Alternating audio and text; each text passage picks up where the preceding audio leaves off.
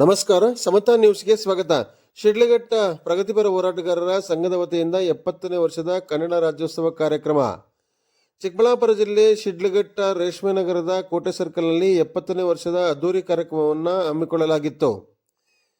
ಕರ್ನಾಟಕದ ಏಕೀಕರಣದ ಪಿತಾಮಹ ಆರೂರು ವೆಂಕಟರಾಯರ ವೇದಿಕೆಯಲ್ಲಿ ಗಣ್ಯ ವ್ಯಕ್ತಿಗಳಿಂದ ಕಾರ್ಯಕ್ರಮದ ಉದ್ಘಾಟನೆ ಮಾಡಿದರು. ಆಲೂರು ವೆಂಕಟರಾಯರ ಭಾವಚಿತ್ರವನ್ನು ಅನಾವರಣ ಮಾಡಿ ಕಾರ್ಯಕ್ರಮವನ್ನು ಕಲಾವಿದ ಮುನ್ರಾಜ್ರವರ ಪ್ರಾರ್ಥನೆ ಮೂಲಕ ಆರಂಭಗೊಂಡಿತು. ಜೂನಿಯರ್ ವಿಷ್ಣುವರ್ಧನ್ ರವರ ಕೋಟೆ ಸರ್ಕಲ್ನ ಪ್ರೇಕ್ಷಕರ ಮನಸೂರು ಆಲೂರು ವೆಂಕಟರಾಯರ ವೇದಿಕೆಯಲ್ಲಿ ಶಾಲಾ ಮಕ್ಕಳಿಂದ ಡ್ಯಾನ್ಸ್ ಅಕಾಡೆಮಿ ಮತ್ತು ಚಾರ್ಮಿ ಕಾರ್ಯಕ್ರಮಕ್ಕೆ ತಂದಿತ್ತು. ಜಗಂಕೋಟೆ ಮತ್ತು ವಿಜಯಪುರ ತಂಡಗಳಿಂದ ಈ ಪ್ರದರ್ಶನ ಅದ್ಭುತವಾಗಿತ್ತು. ಪ್ರಗತಿಪರ ಹೋರಾಟಗಾರರ ಸಂಘದ ಅಧ್ಯಕ್ಷರಾದ ವಿಸ್ಡಮ್ ನಾಗರಾಜ್ರವರ ಸಮಾರಂಭದ ಅಧ್ಯಕ್ಷತೆ ವಹಿಸಿ ಕಾರ್ಯಕ್ರಮದ ನಾಯಕತ್ವ ವಹಿಸಿ ಅಚ್ಚುಕಟ್ಟಾಗಿ ಕಾರ್ಯಕ್ರಮವನ್ನು ಸಂಯೋಜನೆ ಮಾಡಿ ಯಶಸ್ವಿಯಾಗಿ ಕಾರ್ಯಕ್ರಮ ನಡೆಯಲು ಅನುವು ಮಾಡಿಕೊಟ್ಟರು. ಕಾರ್ಯಕ್ರಮದ ಯಶಸ್ವಿಗೆ ವಿಸ್ಡಮ್ ನಾಗರಾಜ್ರವರ ಕಾರಣಕರ್ತರಾದರು. ಕಾರ್ಯಕ್ರಮದ ನಿರೂಪಣೆ ಕಲಾವಿದ CN ಮುನ್ರಾಜ್ ಭಾಳ ಅಚ್ಚುಕಟ್ಟಾಗಿ ನಿರ್ವಹಿಸಿ ಅವರ ಅದ್ಭುತ ಕಂಠಸಿರಿಯಿಂದ ನಿರೂಪಣೆಯನ್ನು ಭಾಳ ಅಚ್ಚುಕಟ್ಟಾಗಿ ನಿಭಾಯಿಸಿ ಪ್ರಾರ್ಥನೆ ಮಾಡಿ ಸಮಾರಂಭದ ಆರಂಭಕ್ಕೆ ಕಾರಣಕರ್ತರಾದರು. ಕಾರ್ಯಕ್ರಮದ ಪ್ರಾರಂಭಕ್ಕೂ ಮುನ್ನ ಕಲಾವಿದ ಮುನ್ರಾಜುರವರ ಕನ್ನಡದ ಹಾಡುಗಳಿಂದ ಪ್ರೇಕ್ಷಕರನ್ನು ರಂಜಿಸುವಲ್ಲಿ ಯಶಸ್ವಿಯಾದರು. ವೇದಿಕೆಯಲ್ಲಿ ಅಧ್ಯಕ್ಷತೆ ವಹಿಸಿದ್ದ ಸಂಘದ ಅಧ್ಯಕ್ಷರಾದ Wisdom Nagaraj, sub inspector Venugopal, Shudrashakti ಸಂಪಾದಕರಾದ ರಾಮೇಗೌಡ, ಕೋಟೆ ಚೆನ್ನೇಗೌಡ, ರವಿಕ್ ಪ್ರಕಾಶ್, CM ಬೈರೇಗೌಡ ಉಪಾಧ್ಯಕ್ಷರು, ಮಹಿಳಾಧ್ಯಕ್ಷರಾದ ಮಧುಲತಾ, ಲಕ್ಷ್ಮಿ, ಮಂಜುಳಾ, ಅಮೃತ್ ಕುಮಾರ್, ಪ್ರದೀಪ್, ದೀಪು, ಶ್ರೀರಾಮ್, ಪತ್ರಕರ್ತರು ಸೇರಿದಂತೆ ಇತ್ಲಳ್ಳಿ ಗೋಪಾಲ್ಗೌಡ, ನಗರಸಭಾ ಸದಸ್ಯರಾದ ನಾರಾಯಣಸ್ವಾಮಿ, ಕೃಷ್ಣಮೂರ್ತಿ ಸೇರಿದಂತೆ ನಗರದ ಕನ್ನಡದ ಕಲಾಭಿಮಾನಿಗಳು ಹಾಜರಿದ್ದರು. ವರದಿ ಹರಿಕೆರೆ ಮುನ್ರಾಜ್, ಪ್ರಧಾನ ಸಂಪಾದಕರು, ಸಮತಾ ನ್ಯೂಸ್, ಶಿಡ್ಲಘಟ್ಟ.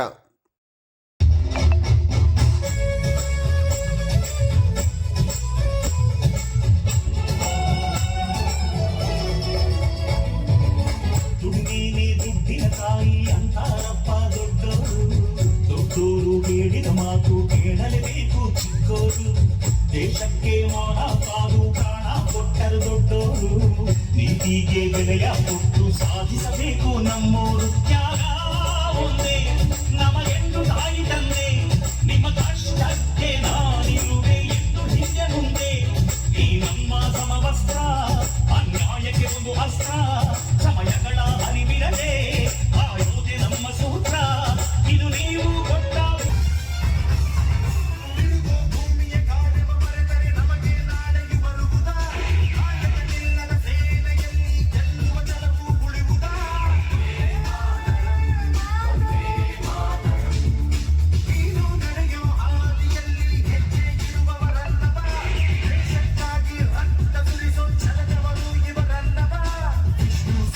ಸೈನ್ಯದಲ್ಲಿ ಸೇನಾಧಿಗಳು ಇವರೇ, ಮುಂದಿನ ದಿನದಿ ಭಾರತವನ್ನು ಬೆಳಗಿಸುವವರು ಇವರೇ. ಇವರುಳಿಯೋಕೆ ನೀನಿರಬೇಕು, ದೇಶ ಬೆಳೆಯೋಕೆ ನೀ ಬರಬೇಕು, ನಿನ್ನ ಸ್ಫೂರ್ತಿಯ ನಮಗೆ ಎಂದು ಉಸಿರು ಕಣೋ ನೀ ಬೇಗ ಬಾ. ಈ ಒಂದು ಕಾರ್ಯಕ್ರಮ ಶಿಡ್ಲಘಟ್ಟದಲ್ಲಿ ಅದ್ದೂರಿಯಾಗಿ ನಮ್ಮ ಈ ಒಂದು ಸಂಸ್ಥೆಯವರು ಚೆನ್ನಾಗಿ ಮಾಡ್ತಾ ಇದ್ದಾರೆ ಮತ್ತು ವಿಶೇಷವಾಗಿ ಇದಕ್ಕೆ ನಾವು ಸಹ ಬೆಂಬಲ ಸೂಚಿಸ್ತಾ ಇದ್ದೀರಿ ಮತ್ತು ಶಿಡ್ಲಘಟ್ಟ ನಗರ ಜನತೆ ಸಹ ಹೆಚ್ಚಿನ ರೀತಿಯಲ್ಲಿ ಇದಕ್ಕೆ ಬೆಂಬಲ ಸೂಚಿಸ್ತಾ ಇದ್ದಾರೆ. ಇವತ್ತೇನೋ ಸ್ವಲ್ಪ ಕ್ಲೈಮೇಟು ಒಂದು 25 ದಿವಸ ಕನ್ನಡ ಮೇಲೆ, ಕನ್ನಡ ಕರ್ನಾಟಕಕ್ಕೆ ಭಾಷೆ, ನೀರು ಅಥವಾ ಸಂಸ್ಕೃತಿ ಯಾವುದೇ ಸಮಸ್ಯೆ ಬಂದರೂ ಕೂಡ ಇಡೀ ರಾಜ್ಯದಲ್ಲಿ ನಾವು ಹೋರಾಟಕ್ಕೆ ಕೈ ಎತ್ತಬೇಕು ಅನ್ನೋ ಉದ್ದೇಶ. ಬಂಧುಗಳೇ, ಈಗಾಗಲೇ ನಾವು ಬೇರೆ ಕಡೆ ಹೋಗಿದ್ವಿ. ನನಗೆ ಇದೀಗ ಮಾತಾಡಿದಂಥ ಗೆಳೆಯರು ಹೇಳಿದರು, ಭ್ರಷ್ಟಾಚಾರದ ವಿರುದ್ಧ ನಾವು ಹೋರಾಟಕ್ಕೆ ಸಿದ್ಧವಾಗಿದ್ದೇವೆ ಅಂತ. ನಿಜವಾಗಲೂ ನನಗೆ ಅದು ಭಾಳ ಸಂತೋಷದ ವಿಷಯ. ನಾನು ಬೆಂಗಳೂರಿಂದ ಬಂದಿರೋದು ಅದಕ್ಕೋಸ್ಕರ. ಈ ರಾಜ್ಯದಲ್ಲಿರುವ ದೊಡ್ಡ ಸಮಸ್ಯೆ ಅಂದರೆ ಇಡೀ ರಾಜ್ಯದಲ್ಲಿ ಅಷ್ಟೇ ಅಲ್ಲ, ಇಡೀ ದೇಶದಲ್ಲಿರ್ತಕ್ಕಂಥ ಅತಿ ದೊಡ್ಡ ಸಮಸ್ಯೆ ಭ್ರಷ್ಟಾಚಾರ. ಭ್ರಷ್ಟಾಚಾರ, ಅಧಿಕಾರಿಗಳ ಭ್ರಷ್ಟಾಚಾರ, ಅಧಿಕಾರಿಗಳಿಂದ ಭ್ರಷ್ಟಾಚಾರ ಮಾಡುವ ಮಂತ್ರಿಗಳು, ಶಾಸಕರು, ಪ್ರತಿನಿಧಿಗಳು ಇವರನ್ನ ಪ್ರತಿಫಲಿಸದೇ ಇರ್ತಕ್ಕಂಥ ನಮ್ಮ ಜನ ಮೂರ್ಖು ಚಾಳು. ಈ ದೇಶ ಪ್ರಜಾಪ್ರಭುತ್ವ ಅಂದ್ರೆ ನಮಗೋಸ್ಕರ ಆಡಳಿತ ಮಾಡೋದಕ್ಕೋಸ್ಕರ ನಾವು ಚುನಾಯಿಸ್ತಕ್ಕಂಥ ವ್ಯಕ್ತಿಗಳು ಬಹಳ ನ್ಯಾಯವಾಗಿರ್ಬೇಕು, ಜನತೆಗೋಸ್ಕರ ಹೋರಾಟ ಮಾಡಬೇಕು, ತ್ಯಾಗ ಮಾಡ್ತಕ್ಕಂಥ ಮನೋಭಾವನೆ ಇರಬೇಕು. ಆದ್ರೆ ಇವತ್ತೇನಾಗಿದೆ, ಎಲ್ಲೆಲ್ಲೂ ಭ್ರಷ್ಟಾಚಾರ, ಯಾವುದೇ ಕಚೇರಿಗೆ ಹೋಗಿ ಭ್ರಷ್ಟಾಚಾರ. ಇದರ ಪರಿಣಾಮ ಏನು? ಇಡೀ ಸಮಾಜ ಹಾಳಾಗ್ತದೆ. ಅದ್ರ ವಿರುದ್ಧ ನಿಮ್ಮ ಹುಡುಗರು ಏನ್ ಮಾಡ್ತಾ ಇದ್ದೀವಿ, ಖಂಡಿತವಾಗ್ಲೂ ಅದನ್ನ ನಾವು ಬೆಂಬಲಿಸಬೇಕು, ಜನ ಬೆಂಬಲಿಸಬೇಕು, ವಿದ್ಯಾವಂತರು ಬೆಂಬಲಿಸಬೇಕು. ಇವತ್ತು ವಿದ್ಯಾವಂತರು ಭ್ರಷ್ಟರಾಗ್ತಾ ಇದ್ದಾರೆ, ಇದು ಹೋಗ್ಬೇಕು. ಇಲ್ಲದೇ ನಮ್ಮ ರಾಜ್ಯ ಪ್ರಗತಿ ಆಗೋದಿಲ್ಲ. ಮತ್ತೆ ಇವತ್ತು ಕನ್ನಡ ರಾಜ್ಯೋತ್ಸವ ಅಂತ ಹೇಳಿದ್ರು, ಅದಕ್ಕೆ ನಾನು ಬಂದೆ. ಸಾಮಾನ್ಯವಾಗಿ ಕನ್ನಡ ರಾಜ್ಯೋತ್ಸವ ಬರೋದಿಲ್ಲ. ಯಾಕೆ? ಏನು ಕನ್ನಡ ರಾಜ್ಯೋತ್ಸವ ಅಂದರೆ? ಕನ್ನಡ ರಾಜ್ಯೋತ್ಸವ ಏನು? 52 ಅಕ್ಷರ ಇರ್ತಕ್ಕಂಥ 74 ಅಕ್ಷರ ಆಗುತ್ತೆ ಕನ್ನಡ. ಏನು ಕನ್ನಡ ರಾಜ್ಯೋತ್ಸವ ಅಂದರೆ? ಕನ್ನಡ ರಾಜ್ಯೋತ್ಸವ ಭಾಷೆ ಆಧಾರದ ಮೇಲೆ ರಾಜ್ಯಗಳ ವಿಂಗಡಣೆ ಮಾಡಿದ್ರು. ಆ ವಿಂಗಡಣೆ ಮಾಡಿದ್ದು ಪೊಟ್ಟಿ ಶ್ರೀರಾಮುಲು ಅಂತೇಳಿ ಆಂಧ್ರ ಪ್ರದೇಶದ ಒಬ್ಬ ವ್ಯಕ್ತಿ. ಮದ್ರಾಸ್ ರಾಜ್ಯ, ಅದರಲ್ಲಿ ಆಂಧ್ರ ಸೇರಿತ್ತು, ಕರ್ನಾಟಕ ಭಾಗ ಸೇರಿತ್ತು, ಕೇರಳ ಸೇರಿತ್ತು. ಈ ಮದ್ರಾಸ್ ಪ್ರಾವಿನ್ಸ್ ಅಂತೇಳಿ ಅದರಿಂದ ಆಂಧ್ರನ ಭಾಷಾವಾರು ಪ್ರಾಂತ್ಯ ಮಾಡಬೇಕು ಅಂತೇಳಿ ಉಪವಾಸ ಮಾಡಿ ಸತ್ತೋದ್ರು ಪೊಟ್ಟಿ ಶ್ರೀರಾಮುಲು. ಆ ಸತ್ತೋಗಿದ್ರಿಂದ ನೆಹರು ಅವರು ಎಲ್ಲ ಕಡೆ ಭಾಷೆ ಒಂದೇ ಭಾಷೆ ಮಾತಾಡ್ತಕ್ಕಂಥ ರಾಜ್ಯಗಳು ಮಾಡಬೇಕು ಅಂತೇಳಿ ಮಾಡಿದರು. ಹಾಗಾಗಿ ಇಲ್ಲಿ ಬಂದಿದ್ದೀರಲ್ಲ ರಾಜ್ಯೋತ್ಸವ ಆಚರಿಸೋದಕ್ಕೆ. ಕರ್ನಾಟಕ ಆಗಿದ್ದು ಯಾವಾಗ? ನಮ್ಮ ಭಾಷಾವಾರ ರಾಜ್ಯ ಆಗಿದ್ದು ಯಾವಾಗ ಗೊತ್ತಿದೆಯಾ? ಗೊತ್ತಿದೆಯಾ ಯಾರಿಗಾದ್ರು? ಯಾರು ಗೊತ್ತಿದೆ ಹೇಳಿ. 1956ರಲ್ಲಿ ನಮ್ಮ ರಾಜ್ಯ, ಅದೇ ಮೈಸೂರು ಹೇಗಿತ್ತು, ನಮ್ಮ ಮೈಸೂರು ಭಾಗದಲ್ಲಿ 9 ಜಿಲ್ಲೆ ಇತ್ತು. ಇಡೀ ದೇಶದಲ್ಲಿ ಬ್ರಿಟಿಷರು ಬಿಟ್ಟು ಮೊದಲು ನಮ್ಮ ರಾಜ್ಯ ಮಾದರಿ ರಾಜ್ಯ ಮೈಸೂರು ರಾಜ್ಯ. ಮೈಸೂರು ರಾಜ್ಯ ವಿದ್ಯುತ್ ಶಕ್ತಿಯಲ್ಲಿ, ಕೈಗಾರಿಕೆಯಲ್ಲಿ, ಎಲ್ಲ ರೀತಿಯಲ್ಲಿ, ನೀರಾವರಿಯಲ್ಲಿ ನಾವು ಮುಂದಿದ್ವಿ.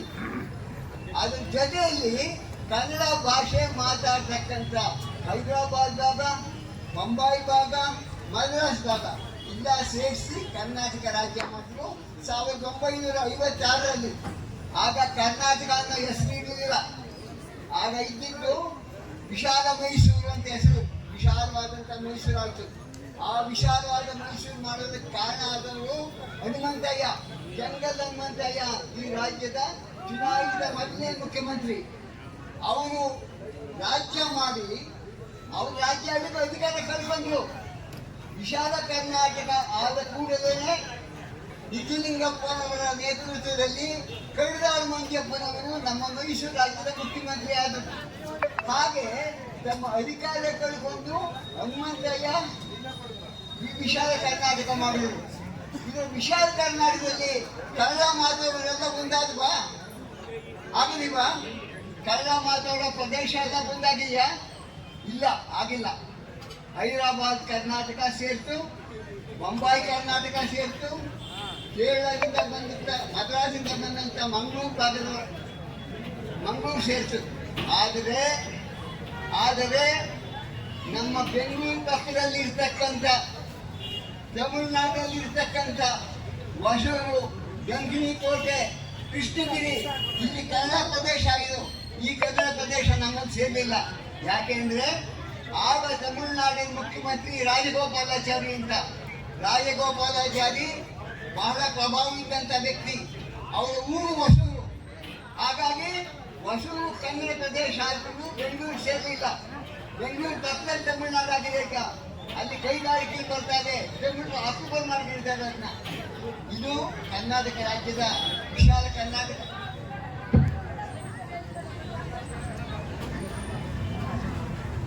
ನಾನು ಮಾತಾಡಲ್ಲ, ಭಾಷೆ ಕೇಳಲ್ಲ ಅಂದ್ರೆ ನಿಮ್ಗೆ ಅವಶ್ಯಕತೆ ಇಲ್ಲ ಅಂತ ಅರ್ಥ ಆಗಲ್ಲ ಅನ್ಸುತ್ತೆ. ಈ ರಾಜ್ಯದಲ್ಲಿ 1956ನೇ ಇಸ್ವಿನಲ್ಲಿ ವಿಶಾಲ ಮೈಸೂರು ರಾಜ್ಯ ತಂದು ಕರ್ನಾಟಕ ಅಂತ ಹೆಸರು ಬಂದಿರಲಿಲ್ಲ. ನಮ್ಗೆಲ್ಲರೂ ಗೊತ್ತಿರ್ಬೇಕು, ಅರ್ಥ ಮಾಡ್ಕೊಳ್ಳಿ. ಕರ್ನಾಟಕ ಅಂತ ಹೆಸರು ಕೊಟ್ಟಿದ್ದು 1972ರಲ್ಲಿ ದೇವರಾಜ ಅರಸು. ಅದಕ್ಕೆ ಮೊದಲು ನಮ್ಮ ಜೊತೆಲಿ ನಾವು ಮೈಸೂರು ಬೈಬೈಸೇಷನ್ ಹೋರಾಟ ಮಾಡಿದ್ವಿ. ಮೈಸೂರು ಬೇರೆ ಆಗಬೇಕು ಅಂತ ಹೋರಾಟ ಮಾಡಿದ್ವಿ. ನಮಗೆ ಹೊಸ ಮೈಸೂರು ಬೇಡ, ಹಳೆ ಮೈಸೂರು ಇಲ್ಲಿ ಅಂತ ಯೋಚನೆ ಮಾಡಿದ್ವಿ. ಆದರೆ ದೇವರಾಜ ಅರಸು ನಮ್ಮ ಜೊತೆ ಸೇರಿದ್ರು. ನೀವು ಹೇಳೋ ಸರಿ, ನಾನು ನಿಮ್ಮ ಜೊತೆ ಇರ್ತೀನಿ, ನಮಗೆ 9 ಜಿಲ್ಲೆ ಸಾಕು ಅಂತೇಳಿ ಬಂದರು. ಆದರೆ ದೆಹಲಿನಲ್ಲಿ ಅವ್ರನ್ನ ನಾವು ಕಾಂಗ್ರೆಸ್ಸಿನ ಕನ್ವೀನರ್ ಮಾಡಿದ ಕೂಡಲೇ ಅವರು ಇಲ್ಲ, ನಾವು ಯಾವ ಬೈಬೈಸೇಷನ್ ಬೇಡ ಅಂತ ಹೇಳಿದ್ರು. ಆನಂತರ ಕರ್ನಾಟಕ ಅಂತ ಹೆಸರಿಟ್ಟಂಥವರು ದೇವರಾಜ ಅರಸು 1972ರಲ್ಲಿ ಮುಖ್ಯಮಂತ್ರಿ ಆಗಿ. ಇದು ನಾವು ಅರ್ಥ ಮಾಡ್ಕೊಳ್ಬೇಕು. ನಮ್ಮ ಮೈಸೂರು ರಾಜ್ಯ ಏನು ಕರ್ನಾಟಕ ಆಯಿತು, ಇವತ್ತು ಆಲೂರು ವೆಂಕಟರಾಯರು ಫೋಟೋ ಹಾಕಿದ್ದೀರಿ. ಆಲೂರು ವೆಂಕಟರಾಯರು ಈ ಸಾಹಿತ್ಯದ ಉದ್ದೇಶ ಇತ್ತು ಕನ್ನಡಿಗರೆಲ್ಲ ಒಂದಾಗಬೇಕು ಅಂತ.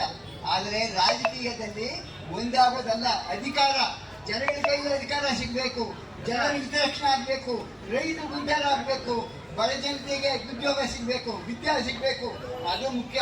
ರಾಜ್ಯೋತ್ಸವ ಅಂದರೆ ಕುಣಿಯೋದಲ್ಲ, ನೆಗೆಯೋದಲ್ಲ, ಸಿನಿಮಾ ಹಾಕ್ಕೊಂಡು ಸುಖಿಯೋ ಮಾಡೋದಲ್ಲ. ಇಲ್ಲಿರ್ತಕ್ಕಂಥ ಜನಗಳಿಗೆ ಅವ್ರ ಉದ್ಯೋಗ, ಅವ್ರಿಗೆ ಬರ್ತಕ್ಕಂಥ ಆದಾಯ, ಅವ್ರ ಅನುಕೂಲ, ಇದ್ರ ಬಗ್ಗೆ ನಾವು ಯೋಚನೆ ಮಾಡಬೇಕು. ಅದು ನಾವು ಮಾಡ್ತಕ್ಕಂಥ ಉದ್ದೇಶ. ಹೋರಾಟ ಮಾಡಬೇಕು. ಅದೊಂದು ಪ್ರಜಾಪ್ರಭುತ್ವದಲ್ಲಿ ಒಂದು ಬೆಂಗಳೂರಂತ ಕಡೆ ಸಾರ್ವಜನಿಕರಿಂದ, ಈಗ ಮಾತಾಡುವಂಥವರಲ್ಲಿ ಸಾರ್ವಜನಿಕರಿಂದ, ಅಧಿಕಾರಿಗಳಿಂದ ಅಥವಾ ಲಂಚ ಹೊಡೆಯುವ ಅಧಿಕಾರಿಗಳಿಂದ ಅಥವಾ ರಾಜಕಾರಣಿಗಳಿಂದ ದುಡ್ಡಿಸಿಕೊಂಡು ಕಂಡೋರ ಹಣದಲ್ಲಿ ಕೂಡಿಸೋದಲ್ಲ ರಾಜಕಾರಣ. ರಾಜ್ಯೋತ್ಸವ ಅಂದರೆ ಇಲ್ಲಿನ ಜನ, ಅವರ ಉದ್ಯೋಗ, ಅವ್ರ ವಿದ್ಯಾಭ್ಯಾಸ, ಅವರ ಜೀವನ ಇದು ಉತ್ತಮವಾಗಿದೆಯಾ ಅಂತ ಯೋಚನೆ ಮಾಡಬೇಕು. ದುಡಿತಕ್ಕಂಥ ಮನುಷ್ಯನಿಗೆ ಆದಾಯ ಬರ್ತಾ ಇದೆಯಾ, ಅವರು ಸಹ ಸುಖವಾಗಿ ಜೀವನ ಮಾಡ್ತಾನೆ ಈ ರಾಜ್ಯದಲ್ಲಿ ಅಂತ ಯೋಚನೆ ಮಾಡಬೇಕು. ಅದು ನಾವು ಮಾಡಬೇಕಾದ ಕೆಲಸ. ನಮ್ಮ ಭಾಗ, ಈ ಭಾಗ ಏನಿದೆ, ಈ ಭಾಗದಲ್ಲಿ ಒಂದು ವಿಷಯ ಐತಿ, ಇದು ಯಾರಿಗೂ ಗೊತ್ತಿಲ್ಲ ನಿಮಗೆ. ಕರ್ನಾಟಕ ರಾಜ್ಯೋತ್ಸವ ಅಂತೇಳಿ ಕರಿತೀವಿ. ಕರ್ನಾಟಕ ಆದಾಗ ಇಲ್ಲಿನ ಜನ ಒಂದು ಆಪ್ಷನ್ ಕೊಟ್ಟರು. ಇಲ್ಲಿ ಜನ ಕೇಳಿರು, ನೀವು ಮೈಸೂರಲ್ಲಿ ಇರ್ತೀರಾ, ಕರ್ನಾಟಕದಲ್ಲಿ ಇರ್ತೀರಾ ಅಥವಾ ಆಂಧ್ರಕ್ಕೆ ಹೋಗ್ತೀರಾ ಅಂತ. ಯಾಕಂದರೆ ಕೋಲಾರ ಜಿಲ್ಲೆ, ವಿಶೇಷವಾಗಿ ಈ ಕೋಲಾರ ಜಿಲ್ಲೆಯ ತಾಲೂಕುಗಳಲ್ಲಿ ಬರೀ ಕನ್ನಡ ಇಲ್ಲ, ತೆಲುಗು ಇದೆ. ತೆಲುಗು ಮಾತಾಡ್ತಕ್ಕಂಥ ಜನ ಇದ್ದಾರೆ. ಆ ತೆಲುಗಿಗೆ ನೀವು ಆಂಧ್ರಕ್ಕೆ ಹೋಗ್ತೀರಾ ಅಥವಾ ಬೆಂಗಳೂರಲ್ಲಿ ಕರ್ನಾಟಕದಲ್ಲಿ ಇರ್ತೀರಾ ಅಂತ ಕೇಳಿರು. ಇಲ್ಲಿನ ಜನ ಹೇಳಿರು, ನಾವು ಆಂಧ್ರಕ್ಕೆ ಹೋಗೋದಿಲ್ಲ, ನಾವು ಮೈಸೂರಲ್ಲೇ ಇರ್ತೀವಿ, ಕರ್ನಾಟಕದಲ್ಲಿ ಇರ್ತೀವಿ ಅಂತ. ಅದು ಹೆಚ್ಚುಗಾರಿಕೆ. ಇಲ್ಲಿನ ಭಾಗ ತೆಲುಗಿದ್ದಾರೆ, ತುಂಬ ತೆಲುಗರು. ಆದರೆ ಕೋಲಾರದಲ್ಲಿ ಶ್ರೀನಿವಾಸಪುರ, ಚಿಂತಾಮಣಿ, ಶಿವಗಢದ ಉತ್ತರ ಭಾಗ, ಚಿಕ್ಕಬಳ್ಳಾಪುರ ಉತ್ತರ ಭಾಗ, ಗೌರಿಬಿದನೂರು ಭಾಗಗಳು, ಮುಳುಬಾಗಲು, ಬಂಗಾರಪೇಟೆ, ಮಾಲೂರು ಸೇರಿದಾಗೆ ತೆಲುಗು ಮಾತಾಡ್ತಕ್ಕಂಥ ಜನ ಇದ್ದಾರೆ. ಅದು ಅವ್ರು ತೆಲುಗರು ಆಗೋದಿಲ್ಲ, ತೆಲುಗರು ಆಂಧ್ರಕ್ಕೆ ಹೋಗಲಿಲ್ಲ. ಅವರು ಕನ್ನಡದಲ್ಲಿ ಇರೋದು ನಿರ್ಧಾರ ಮಾಡಿದ್ರು. ಹಾಗಾಗಿ ಈ ಭಾಗದ ಜನರ ಉದ್ಯೋಗ, ಈ ಜನರ ಭಾಗದ ವ್ಯವಸಾಯ, ಇವ್ರು ಬರ್ತಕ್ಕಂಥ ಆದಾಯ ಯೋಚನೆ ಮಾಡಬೇಕು. ಈ ಭಾಗ ಚಿತ್ರದುರ್ಗದಲ್ಲಿ ಇನ್ನು ಬರ್ತಕ್ಕಂಥ ಆದಾಯ ಏನು? ಹಾಲು ಮತ್ತು ರೇಷ್ಮೆ. ಈ ಹಾಲು ಮತ್ತು ರೇಷ್ಮೆ ಇಲ್ಲದೇ ಇದ್ರೆ ಈ ಜನಕ್ಕೆ ಆದಾಯ ಬರುತ್ತಾ? ನೀರಾವರಿ ಇದೆಯಾ? ಉನ್ನತ ನೀರಾವರಿ ಇಲ್ಲ ಇಲ್ಲಿ. ಕರ್ನಾಟಕ ಆದ ಮೇಲೆ ಕೃಷ್ಣ ಆಯಿತು, ಮಲಬದ್ಧ ಆಯಿತು. ಉತ್ತರ ಕರ್ನಾಟಕದಲ್ಲಿ ಕೈಗಾರಿಕೆ ಅಣೆಕಟ್ಟೆಗಳು ಬಂತು, ನೀರಾವರಿ ಬಂತು. ನಮ್ಮಲ್ಲೇ ನೀರಾವರಿ ಬಂತು. ನಮ್ಮಲ್ಲಿ ಕೆರೆಗಳು ತುಂಬೋದು, ಕೆರೆಗಳಲ್ಲಿ ಭೂಮಿ ತುಂಬೋಗಿದೆ, ನೀರು ಬರ್ತಾ ಇಲ್ಲ. ರೈತರ ಜೀವನ ಕಷ್ಟ. 1500 ಅಡಿ ಒಂದು ನೀರು ಸಿಗೋದಿಲ್ಲ. ಇವ್ರ ಜೀವನ ಹೇಗೆ ಸಾಗಬೇಕು? ಇವ್ರಿಗೆ ನೀರಾವರಿ ಪ್ರೊವೈಡ್ ಮಾಡಿರಲ್ಲ ಸರ್ಕಾರ. ಇದ್ರ ಬಗ್ಗೆ ನಾವು ಯೋಚನೆ ಮಾಡಬೇಕು, ಹೋರಾಟ ಮಾಡಬೇಕು. ರಾಜ್ಯೋತ್ಸವ ಮಾಡೋ ದಿವಸ ಆ ಬಗ್ಗೆ ಯೋಚನೆ ಮಾಡಿ, ಅಂತ ಹೋರಾಟ ಮಾಡಿದ್ರೆ ನಾವು ಮುಂದೆ ಇರ್ತೀವಿ. ನಿಮ್ಮ ಜೊತೆ ಹೋರಾಟ ಮಾಡ್ತೀವಿ. ನನಗೆ ಬೇಕಾದ ಜನತೆ ಇದೆ ರಕ್ಷಣೆ. ಅದಕ್ಕೋಸ್ಕರ ನಾನು ಹಾಲು ಉತ್ಪಾದಕರು ಹೋರಾಟ ಮಾಡಿದೆ, ರೇಷ್ಮೆ ಬೆಳೆಗಾರರು ಹೋರಾಟ ಮಾಡಿದೆ. ಅವ್ರಿಗೆ ಬರ್ತಕ್ಕಂಥ ಆದಾಯ ಹೆಚ್ಚಾಯಿತು. ಅವರಿಗೆ ಇಲ್ಲಿ ಆಗ್ತಕ್ಕಂಥ ಅನ್ಯಾಯಗಳು, ರೇಷ್ಮೆ ಮಾರ್ಕೆಟಿನಲ್ಲಿ ಆಗ್ತಕ್ಕಂಥ ಅನ್ಯಾಯಗಳು ತಪ್ಪಿಸ್ತೀವಿ. ಅಲ್ಲಿ ಆಗ್ತಕ್ಕಂಥ ಕೂಗು ಕದಿತಕ್ಕಂಥದ್ದು, ಮೋಸ ಮಾಡ್ತಕ್ಕಂಥದ್ದು ಇನ್ನು ನಿಲ್ಸೋದಕ್ಕೆ ಪ್ರಯತ್ನ ಬಿಟ್ವಿ. ಇಂಥ ಹೋರಾಟಗಳು ಮಾಡಿ. ಈಗ ನನ್ನ ಮಾತಾಡೋದ್ರಿಂದ ಗೆಳೆಯರು ನಾವು ಹೋರಾಟ ಮಾಡ್ತೀವಿ, ಅನ್ಯಾಯ ಮಾಡಿದ್ರೆ ನಮ್ಗೆ ಹೇಳಿ ಅಂತ. ಅದಕ್ಕೆ ನಾನು ಕೈ ಜೋಡಿಸ್ತೀನಿ. ನಿಮ್ಮೆಲ್ಲರಿಗೂ ಯಾವುದೇ ಸಮಸ್ಯೆ ಬಂದರೂ ಶಿಡ್ಲಘಟ್ಟ ಅಷ್ಟೇ ಅಲ್ಲ, ಇಡೀ ರಾಜ್ಯದಲ್ಲಿ ರೈತರಿಗೆ ಆಗ್ತಕ್ಕಂಥ ಅನ್ಯಾಯ ವಿರುದ್ಧ ನಾವು ಹೋರಾಟ ಮಾಡಕ್ಕೆ ಸಿದ್ಧವಾಗಿದ್ದೀವಿ. ಇವತ್ತು ನೀವು ಪ್ರತಿಜ್ಞೆ ಸ್ವೀಕಾರ ಮಾಡಿ, ನಾವು ಲಂಚ ಕೊಡೋದಿಲ್ಲ, ಲಂಚಕ್ಕೆ ಬಿಡೋದಿಲ್ಲ, ಮುಖದ ಮೇಲೆ ಹೊಡಿತೀವಿ, ಪರಿಣಾಮ ಮಾಡ್ತೀವಿ ಅಂತೇಳಿ. ಆಗ ನಮ್ಮ ರಾಜ್ಯ ಸುಭಿಕ್ಷ ಆಗ್ತದೆ, ನಮ್ಮ ಮಕ್ಕಳಿಗೆ ಒಳ್ಳೆ ವಿದ್ಯಾಭ್ಯಾಸ ಸಿಗುತ್ತೆ, ನಮ್ಮ ಬಡ ರೈತರು ಸಹ ಬದುಕಂತಾಗುತ್ತೆ. ಒಳ್ಳೆ ದನ ಮೇಯಿಸ್ರಿ, ಒಳ್ಳೆ ಹಸು ಮೇಯಿಸ್ರಿ, ಒಳ್ಳೆ ಕುರಿ ಮೇಕೆ ಬೇಯಿಸಿ, ಅದರಿಂದ ಆದಾಯ ಬರುತ್ತೆ.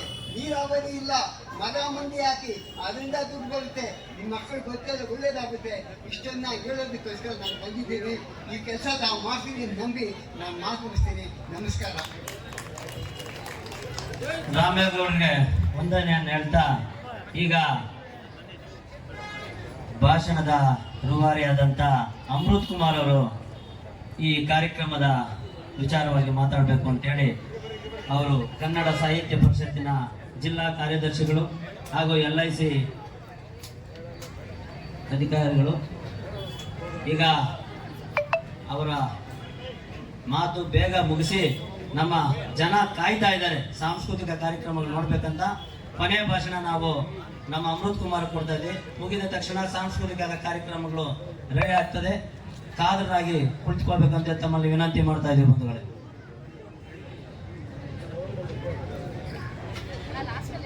ಪ್ರೀತಿಗೆ, ವಿಶ್ವಾಸಕ್ಕೆ, ಆತ್ಮೀಯತೆಗೆ, ಮಾನವೀಯತೆಗೆ, ಮೌಲ್ಯಗಳಿಗೆ ಹೆಸರಾದಂಥ ಶಿಡ್ಲಘಟ್ಟ ನಗರದ ಎಲ್ಲ ಸಹೃದಯ ಅನ್ನದಾತ ರೈತ ಬಂಧುಗಳೇ, ಮಿತ್ರರೇ, 70ನೇ ಕನ್ನಡ ರಾಜ್ಯೋತ್ಸವವನ್ನು ಅತ್ಯಂತ ಸಂಭ್ರಮದಿಂದ, ಸಂತಸದಿಂದ, ಸಂತೋಷದಿಂದ ಆಚರಿಸ್ತಾ ಇದ್ವಿ.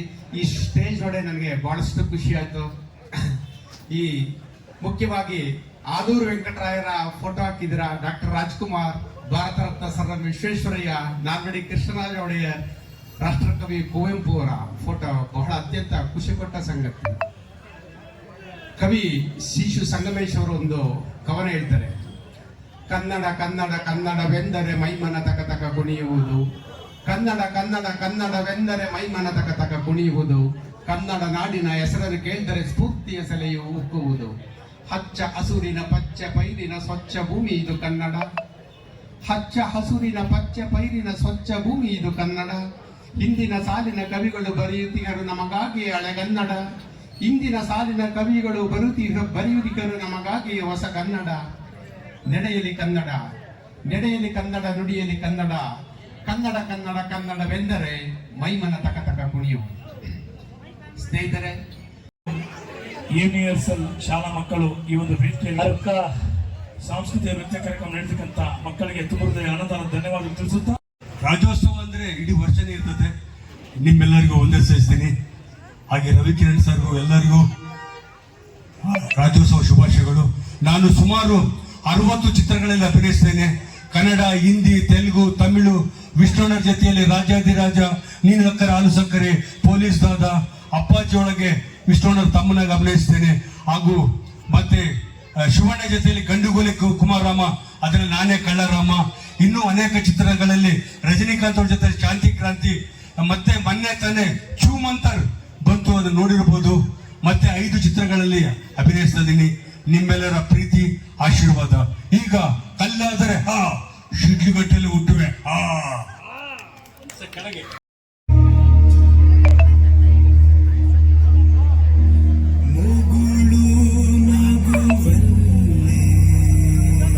ಮಾನವನ್ನ ನಮ್ಮ ಮನಸ್ಸಲ್ಲಿರ್ಬೇಕು.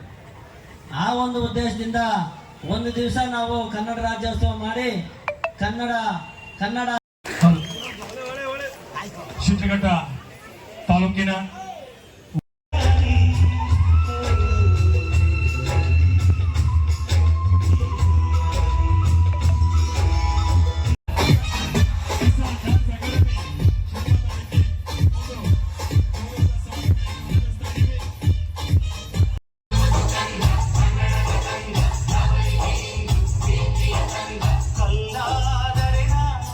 ಬೇಲೂರಿನ ಗುಡಿಯಲ್ಲಿ ಇರುವೆ, ಮಣ್ಣಾದರೆ